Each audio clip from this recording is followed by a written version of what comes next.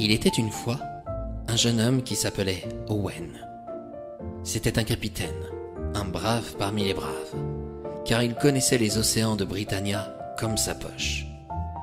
Il était connu dans toutes les contrées de ce monde, car les cales de son bateau regorgeaient d'un bois d'érable arrivant du bois de Brocéliande et d'un minerai de fer venant des montagnes d'Aria.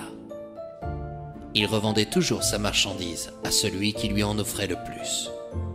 Mais un beau jour, lorsqu'il fit escale dans le port de Guirekia, il vendit ses derniers sacs de blé avant de revenir dans le port de Vanna. Il n'avait pas prévu de contourner le royaume d'Eternitia pour retrouver ses terres. Son périple s'annonçait des plus dangereux. En effet, son équipage dut éviter de nombreux icebergs. Ceux-ci l'obligèrent à zigzaguer entre des montagnes de glace. Sans s'en rendre compte, son bateau dévia. Il contourna l'île des glaciers par le nord. Elle était recouverte d'une épaisse couche blanche des hivers comme nous pouvons en connaître sur terre. Quand soudain, un bruit terrible déchira le ciel. « Avez-vous entendu ?» s'écria un marin. Le bruit ne s'arrêta pas. Était-ce un tremblement de terre? Les Britanniens ne connaissaient pas du tout ce genre de phénomène naturel, contrairement aux terriens. Un frisson parcourut le dos de chaque marin. Mais Owen fut le seul à garder son sang-froid. Fidèle à son courage, il déclara: « La seule des manières de braver la peur, c'est de l'affronter. C'est pourquoi je vais choisir Delwyn, Powell et Cranog. Vous êtes, à mes yeux, les plus valeureux d'entre eux tous. Nous allons accoster ensemble sur cette île. » Ceux qui n'avaient pas été désignés furent bien contents de rester sur place pour cette fois. Pourtant, n'était-ce pas aussi dangereux d'amarrer au milieu d'une mer remplie de monstres marins? À peine avaient-ils posé les pieds sur l'île des glaciers qu'un craquement encore plus effroyable se fit entendre. Les 4 marins, malgré leur courage, furent étonnés. Le bruit venait du sommet d'une montagne qui se situait à une centaine de mètres devant eux. « Allez, matelots, prenons notre courage en main !» s'exclama Owen. Le capitaine marchait en tête. Un vent froid soulevait la neige sous leurs pieds et laissait apparaître des pierres. En arrivant au sommet de la montagne, Owen s'écria: « Regardez, matelots !» Les Britanniens furent stupéfaits. Un peu plus bas, de l'autre côté de la montagne, ils aperçurent, les bras levés au ciel, un Britanien. Mais il n'était pas comme les autres. Il était grand et musclé. Il possédait une barbe et des cheveux hirsutes. Il était vêtu d'une peau de renne et criait des incantations. Par tous les Britanors, que cherchait-il? Owen avait entendu parler de ce Britanien, mais tout le monde pensait qu'il s'agissait d'une simple légende. On le surnommait le sorcier des glaces. Celui-ci se tenait devant une curieuse machine, et c'est elle qui émettait un boucan d'enfer. Owen ne tarda pas à le découvrir quand il l'entendit dire: « Rocher tu es, poussière tu seras. » Un bloc de pierre s'éleva, comme porté par des forces invisibles, pour se diriger au-dessus d'un entonnoir. « Oh, moulin magique !» lâcha le sorcier. « Croque ce roc !» Le bloc de pierre disparut dans la machine et fut broyé pour en ressortir sous la forme d'un tas de sable. « Avez-vous vu cela, matelot ?» lança Owen.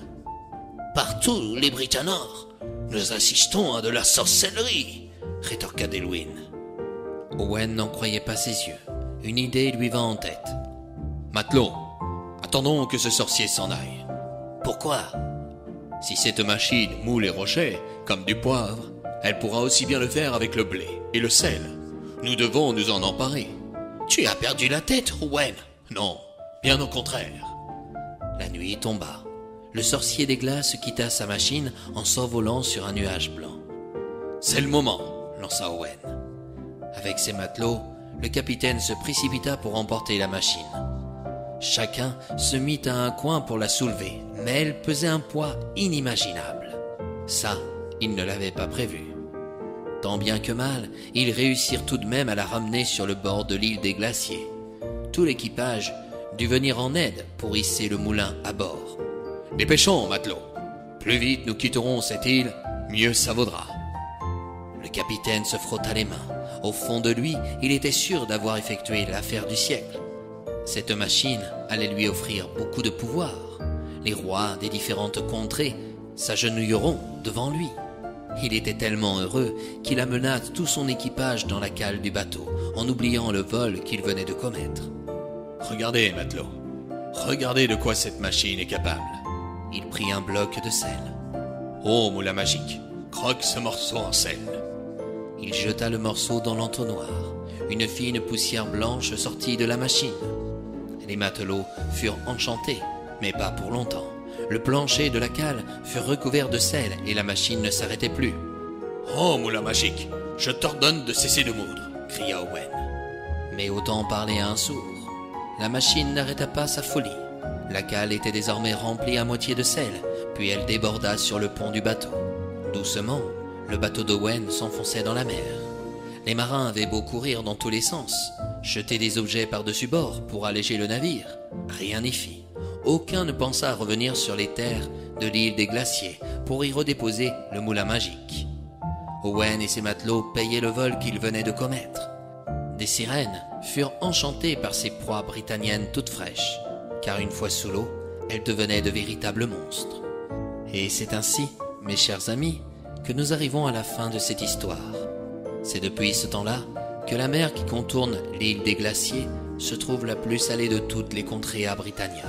Car, ne vous y trompez pas, quelque part au fond de l'océan, le moulin du sorcier des glaces continue à moudre, encore et encore. Quant à la morale de cette histoire, elle est simple. Voler le bien à autrui n'est pas respectable pour la personne que vous aspirez à être. Et c'est dangereux. Pourquoi ?